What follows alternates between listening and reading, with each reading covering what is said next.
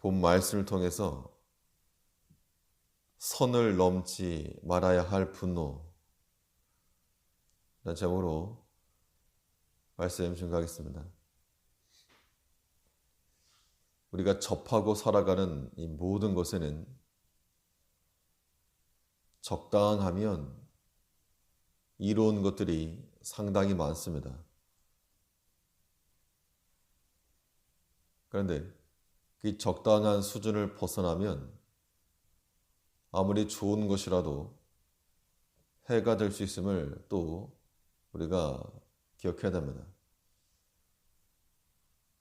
좋은 것이라도 적정한 선을 지켜가는다면 무익한 것은 더더욱 그 선을 넘어서지 않도록 다스려야 됩니다. 사람이 살아가면서 분노하고 또 이 대적하는 일이 없을 수는 없으나 이것도 적절히 다루면 영적 긴장감을 불러일으킬 수 있고 유익하게도 쓸 수가 있겠습니다. 그런데 그 허용 범위를 넘어가면 파괴적인 결과를 가져오고 만다는 겁니다. 그러면 이 분노가 일어날 때 주의하고 경계할 것은 무엇인가? 본 말씀을 통해 살펴보면 먼저는 이 적대감의 끝이 자신에게 향하는 것을 경계해야 됩니다.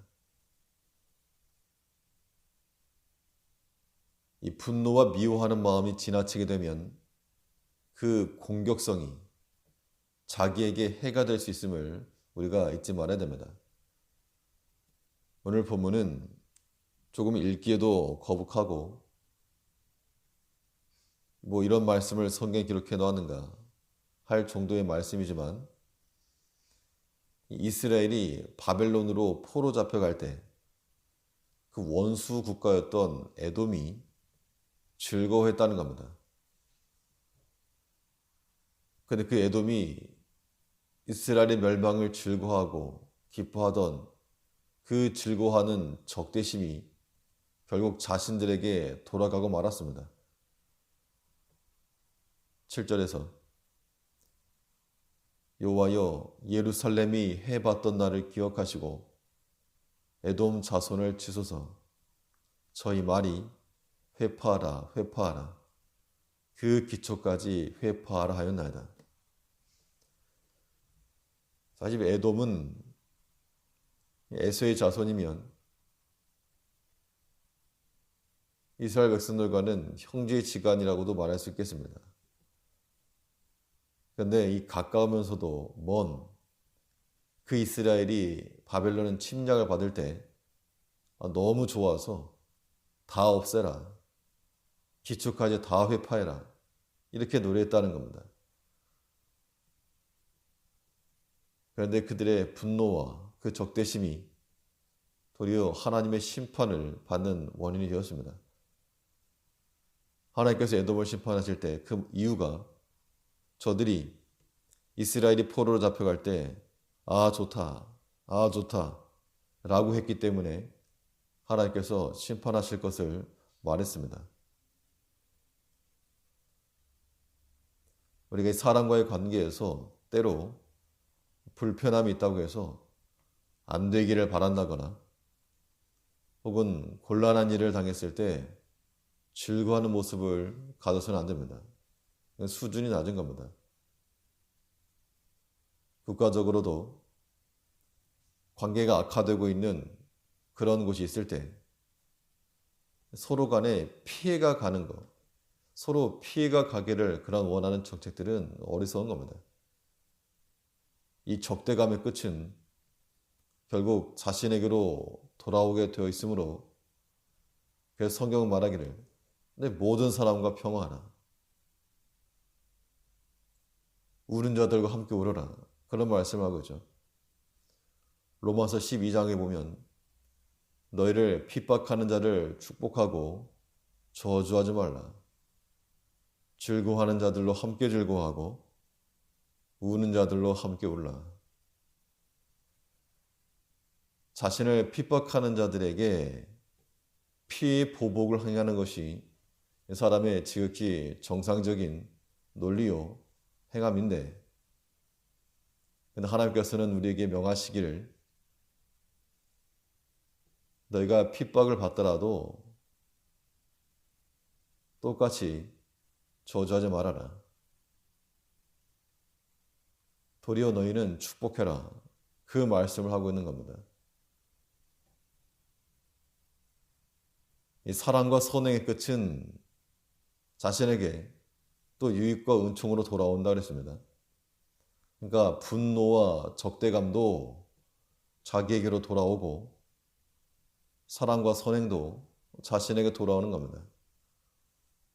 결국에는 우리 자신에게 유익한 것을 위해서 분노와 미움과 적대감을 향할 것이 아니고 사랑과 선행이 우리에게 나와야 됩니다.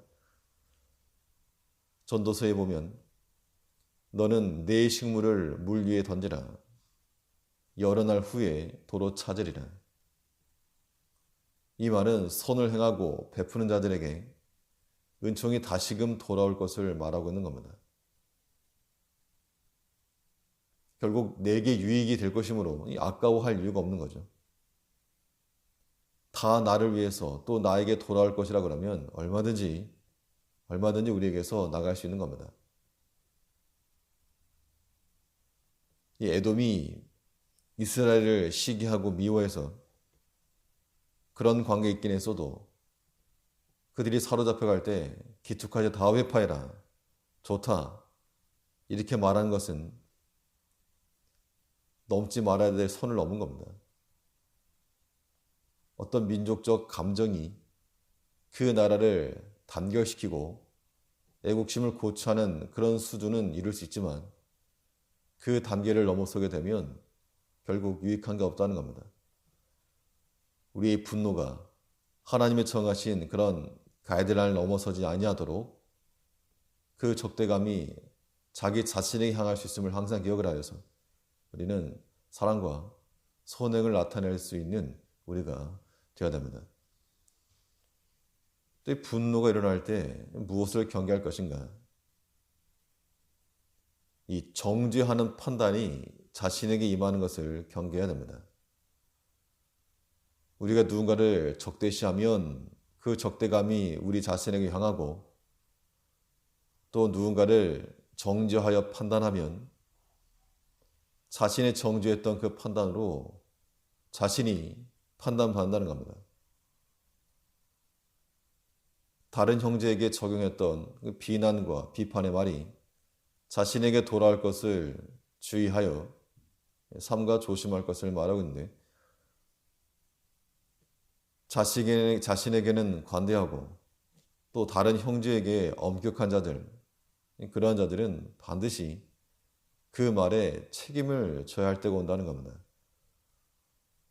8절을 보면 여자 같은 멸망할 바벨론아, 내가 우리에게 행한 대로 내게 갚는 자가 유복하리로다. 여자 같은 멸망할 바벨론, 이 말이 이상하게 들리지만 이것은 멸망당할 이 바벨론에 따라 그 이야기인데, 이 바벨론 자체를 어미, 또 그 바벨론 국민을 딸에 비유한 겁니다. 이 바벨론 자체가 멸망할 것인데 내가 우리에게 행한 대로 내게 갚는 자가 유복하리로다. 그들이 유다를 칠 때 긍휼히 여기지 않고 악행을 저질렀는데 그래서 고스란히 당하게 될 것을 말하고, 또 실제 페르시아의 고레스에 의해서 그 멸망당하고 말았습니다. 우리가 다른 사람을 향하여 던졌던 그 말이 자신이 변명해야 될 상황이 된다면 그건 부끄러운 겁니다. 우리 안에 분노가 일어나고 또 다툼이 발생하더라도 내가 당하기 싫은 일이면 상대 행하지 않고 또 내가 듣기 싫은 말이면 하지 않는 것이 지혜라는 겁니다. 야고보서에서는 긍휼히 행하지 아니하는 자에게는 긍휼 없는 심판이 있으리라. 긍휼은 심판을 이기고 자랑한다 그랬습니다.